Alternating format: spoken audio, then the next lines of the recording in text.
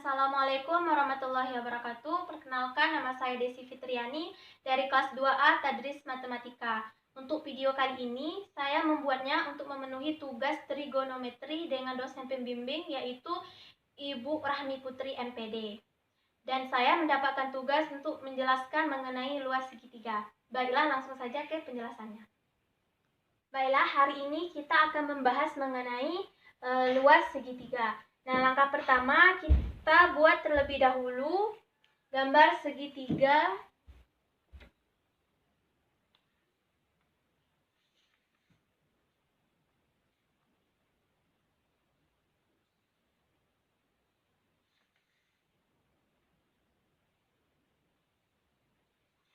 kita namai dengan segitiga A, B, C. Nah, di dalam sebuah segitiga, di depan sudut A itu dinamakan dengan sisi A, kita tulis dengan A kecil. Dan di depan sudut B, sisinya ditulis dengan huruf B kecil juga. Dan di depan sudut C, itu adalah sisi C. Nah, untuk mencari tinggi dari sebuah segitiga ABC, kita cukup menarik garisnya dari titik C ke bawah dengan membuat garis putus-putus. Nah, di sini telah tampak yang namanya tinggi, dan di sisi ini bisa kita namai dengan titik D.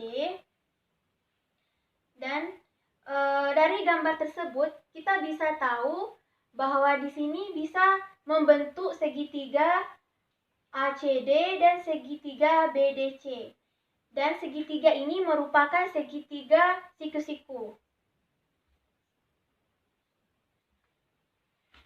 Oke, yang selanjutnya kita akan mencoba mencari pembuktian tentang rumus-rumus segitiga.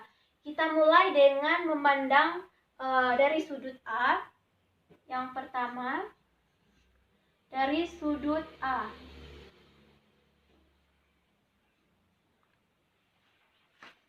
Dari sudut A tersebut, kita bisa tahu di sini ada sebuah segitiga yang segitiganya dinamakan dengan segitiga ACD. Dari sini kita gunakan rumus sin, yaitu sin A. Sin A sama dengan, karena sin adalah sin demi, depan per miring, jadi dari sin A, jadi depannya adalah T dan miringnya adalah B. Kita tulis T per B. Dan selanjutnya kita tinggal kali silang saja. Jadi sin A dikali B dan T dikalikan sebuah angka yang ada di bawah ini. Jadi nantinya B dikali sin A sama dengan T. Atau dapat juga kita tulis menjadi T sama dengan B sin A. Nah, langkah selanjutnya kita gunakan rumus segitiga yang umum, yaitu luas segitiga dari ABC, yaitu setengah alas dikali tinggi. Kita tinggal menggantikan apa saja yang diketahui dari apa yang kita dapatkan tadi. Nah, misalnya kan setengah A, berarti alas. Kita lihat di segitiga ini mana yang dinamakan dengan alas. Ternyata alas di dalam segitiga ini adalah sisi C. Jadi kita ganti menjadi C. Lalu yang T ini kita ganti angkanya dengan T yang telah kita dapatkan tadi. Yaitu T-nya B dikali sin A.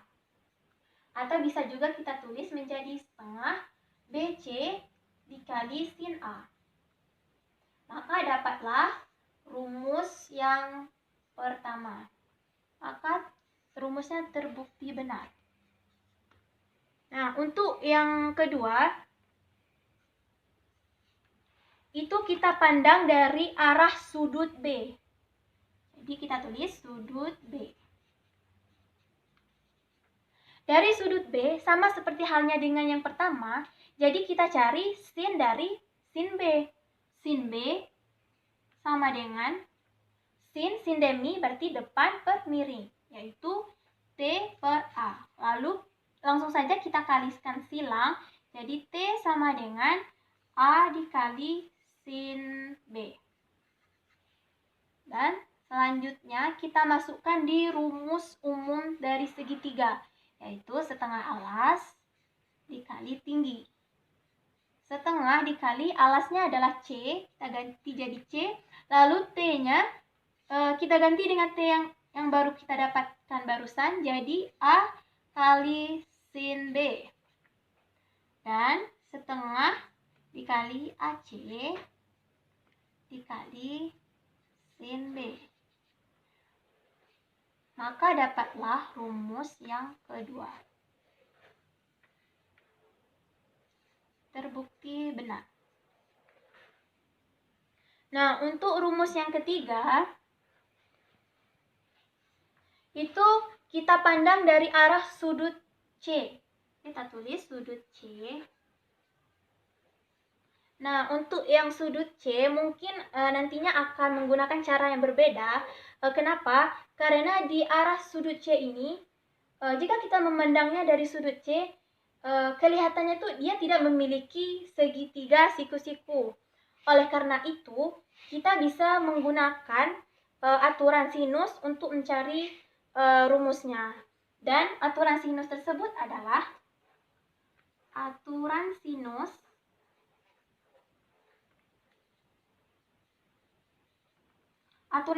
itu A per sin A sama dengan B per sin B sama dengan C per sin C. Nah, ini adalah aturan dari sinus. Karena kita ingin mencari dari sin C, maka nantinya kita harus menggunakan yang rumus ini, C per sin C, dan selanjutnya kita bisa memilih pasangannya, apakah mau B per sin B atau apakah mau A per sin A. Tetapi pada penjelasan kali ini saya akan menggunakan A per sin A. Nah, langsung saja kita tulis A per sin A sama dengan C per sin C. Nah, di sini cukup kita kali silang, maka akan menjadi ini C sin A sama dengan A kali sin C. Nah, kita tinggalkan sin A-nya sendiri di sini. Sin A sama dengan, jadi A sin C per C. Oke, kita sambungkan di sini. Nah, selanjutnya, karena sin A tadi kan sudah diketahui dari yang cara pertama, yaitu sin A itu sama dengan T per B. Maka sin A kita ganti dengan T per B. Sama dengan A kali sin C per C. Lalu yang B ini kita kalikan silang dengan A atas, maka menjadi T sama dengan AB kali sin C per C. Nah, kita baru mendapatkan nilai T-nya saja. Oke, selanjutnya kita cari dengan menggunakan rumus umum dari luas segitiga, yaitu luas segitiganya sama dengan setengah alas dikali tinggi. Setengah alasnya diganti dengan C, tinggi kita ganti dengan yang ini, AB kali sin C per C. Nah, di sini kan ada C dan ini juga ada C, jadi kita bisa mencoretnya. Dan setengah dikali AB dikali sin C. Maka dapatlah kita rumus yang ketiga. Maka terbukti benar. Oke, selanjutnya kita masuk ke contoh soalnya. Contoh yang pertama. Contohnya pertama adalah diketahui sebuah segitiga PQR. Diketahui segitiga PQR dengan panjang P sama dengan 8 cm, Q sama dengan 10 cm, dan sudut R sama dengan 45. P sama dengan 8, Q-nya 10 cm, sudut R-nya 45 derajat. Dan yang ditanya adalah luas segitiga PQR. Nah, langsung saja kita menjawabnya. Nah, sebelum kita menjawab contoh soal nomor 1 ini, alangkah baiknya kita membuat tabel trigonometri. Selain untuk mempermudah kita mencari jawaban ini, kita juga bisa mengingat rumus-rumus yang telah kita hafal sebelumnya. Nah, kita buat saja tabelnya. Tabel trigonometri.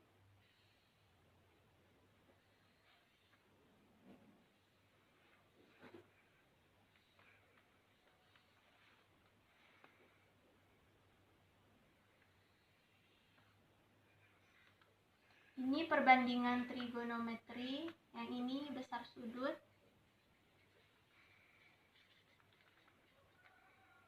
Ini sin, cos, dan tan.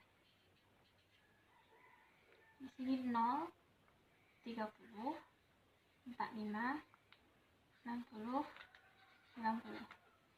Karena sin 0, maka ini 0, setengah akar 2, setengah akar 3, 1. Untuk cos maka kita balik penulisannya menjadi 1, setengah akar 3, setengah akar 2, setengah, dan 0. Untuk tan itu kan sin dibagi cos, maka kalau 0 bagi 1 berarti ini 0. Yang ini pasti kalau 1 dibagi 0 kan tak terhingga. Kalau ini setengah akar 2 dibagi setengah akar 2, 1. Yang ini sepertiga akar 3. Yang ini akar 3. Oke, langsung saja untuk menjawab soal nomor 1. Nah, karena tadi sudah diketahui yaitu P sama dengan 8 cm, Q sama dengan 10 cm, dan sudut R sama dengan 45 derajat. Untuk mempermudah kita mencarinya, alangkah baiknya kita buat gambar segitiganya. Kita buat gambar segitiganya. Di sini sisi titik P, Q, dan R. Lalu yang diketahui adalah sisi P berarti di depan sudut P 8, Q berarti di depan sudut Q ada 10 di sini, dan sudut R di 45. Karena di sini sudah diketahui sisinya 10 dan di sini 8 dan diketahui satu sudut yaitu 45 derajat, maka kita langsung bisa menggunakan rumus yang nomor 3 tadi, yaitu setengah AB dikali sin C, namun kita sesuaikan dengan simbol-simbol yang ada pada soal. Nah, jadi luas segitiga PQR itu sama dengan setengah dikali dengan sisi yang diketahui, yaitu sisi P dan sisi Q. Dan dikali dengan sin dari sudut yang diketahui berarti sin 45. Nah, setengah P-nya 8, Q-nya 10. Kali dengan sin 45, kita cari di sini sin 45 sama dengan setengah akar 2. Oke, 8 kali 10, 80, dibagi 2, 40. 40 dibagi 2, 20. Berarti 20 akar 2. Satuannya cm².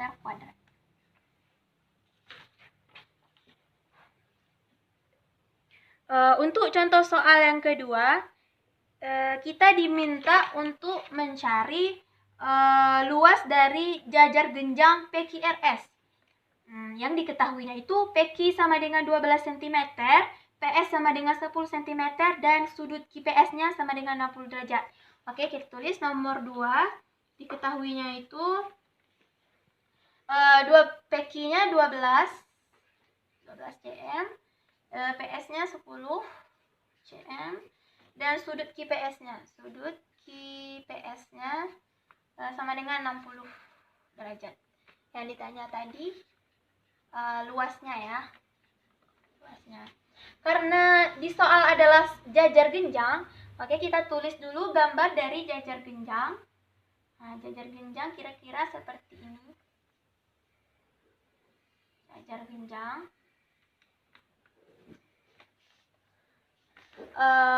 Karena kita tadi membahas mengenai segitiga, tentu saja kita harus mengkaitkan pelajaran tentang jajar genjang dengan segitiga.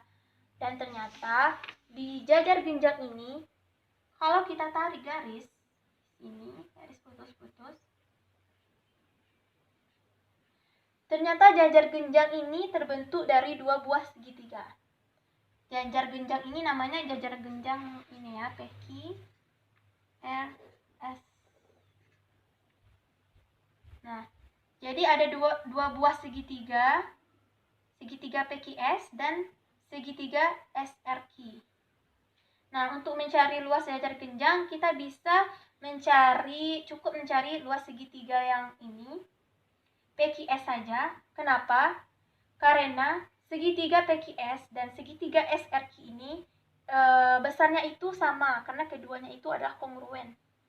Nah, jadi langkah pertama kita cari dulu luas segitiga PQS. PQS. Nah, untuk mencari luas PQS tadi sudah diketahui PQ-nya 12, PS-nya 10, dan sudut QPS-nya 60. Maka kita tinggal memasukkan angkanya, berarti setengah dikalikan dengan 12, dikalikan dengan 10, dan dikalikan dengan sin 60 derajat. Ini 12 kali 10, 120, dibagi 2, 60. Kali dengan sin 60 adalah setengah akar 3. Jadi 60 dibagi dengan 2 berarti 30 akar 3 cm kuadrat. Nah, setelah mendapat luas segitiga PQS, karena tadi segitiga PQS dan segitiga SRQ adalah sama besar, jadi untuk mencari luas jajar genjang ini kita cukup membuatnya menjadi luas jajar genjangnya menjadi 2 dikali dengan luas dari segitiga ini, PQS. Karena apa? Karena tadi besarnya sama ya. Ini 2 dikali luas segitiga PQS-nya udah didapatkan, yaitu 30 akar 3. Jadi dikali dengan 30 akar 3. 30 dikali 2 berarti 60 akar 3. Satuannya tetap cm kuadrat.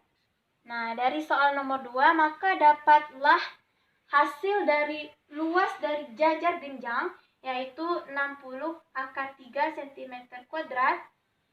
Yang hasilnya tersebut kita cari dengan menggunakan rumus luas segitiga, tanpa menggunakan rumus luas jajar genjang yang sesungguhnya. Karena di sini karena saya membahas mengenai luas segitiga, jadi saya menerapkan rumus luas segitiga diterapkan ke dalam bangun datar, yaitu jajar genjang.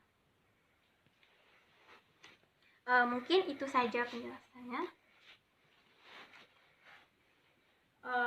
Baiklah, mungkin itu saja penjelasan saya mengenai luas segitiga untuk memenuhi tugas dalam mata pelajaran trigonometri dengan dosen pembimbing Ibu Rahmi Putri MPD. Mungkin dari penjelasan tadi terdapat kesalahan dan kehilafan. Saya mohon maaf sebesar-besarnya. Mungkin saya salah menjelaskan atau hilaf. Untuk kedepannya saya akan memperbaikinya untuk menjadi lebih baik lagi. Oke, mungkin itu saja yang bisa saya jelaskan. Saya akhiri dengan wabillahi taufik wal hidayah. Wassalamualaikum warahmatullahi wabarakatuh.